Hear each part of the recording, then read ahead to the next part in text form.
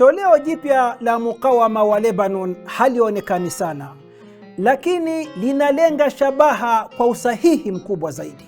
Ni nadra siku kupita bila kusikia habari za kuvizia, kushambuliwa shabaha kwa usahihi au kupenya kwa ndege ndogo zaidi au ya kawaida isiyo na rubani ya kujilipua yenyewe katika maeneo ya utawala wa Israel. Swali ni kwamba, je, sura ya mukawama wa Lebanon Hizbullah imebadilika?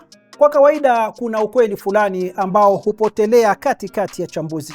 Kile kinachojulikana kama mukawama hakipigani tu kwenye medani ya vita, bali hupitia yale kiliyojifunza, kurekebisha udhaifu wake na kujipanga upya kulingana na mazingira yaliyopo katika uwanja wa mapigano. Baada ya vita vya siku 66 vya mwaka 2024 na kufuatia kufutwa makamanda wake wakuu, sehemu ambazo zilitumika kusababisha madhara na uharibifu mkubwa zilitambuliwa kwa umakini. Kuanzia upenyaji wa adui kwenye mitandao ya mawasiliano hadi pengo la kasi ndogo lililokuwepo kati ya kuchukuliwa maamuzi na hatua ya utekelezaji uwanjani. Lakini katika vita vya sasa kusini mwa Lebanon, picha imebadilika kabisa.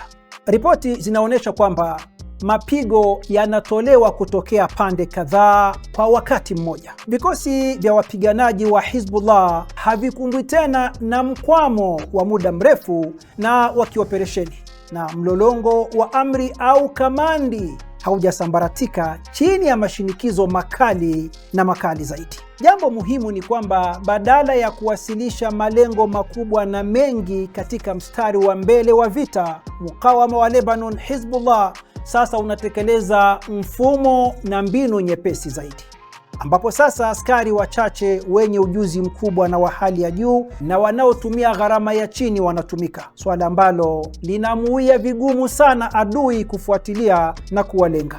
Hivi sasa ni ndege zisizo na rubani, makombora, vikosi vya silaha za kulipua magari ya kijeshi, hasa ndege zisizo na rubani za FPV ndizo zinazobeba mzigo mkubwa katika uwanja wa vita.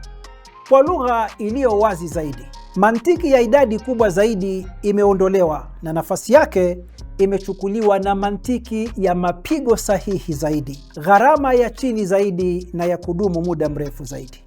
Kile kinachofahamika hapa ni kwamba mzunguko wa zamu wa askari unaofanyika kwa utaratibu maalumu, uhamisho wa kimya wa silaha hadi kwenye mistari ya mbele ya mapigano, udhibiti wa mashambulizi na picha zinazosambazwa kwa haraka za shabaha zilizopigwa, yote hayo yanathibitisha ukweli mmoja. Hapa yanayofanyika si jambo la sadfa na jibu la kiholela, bali ni mpango wa vita unaotekelezwa hatua kwa hatua. Huenda mabadiliko muhimu zaidi hapa ni kigezo cha ushindi.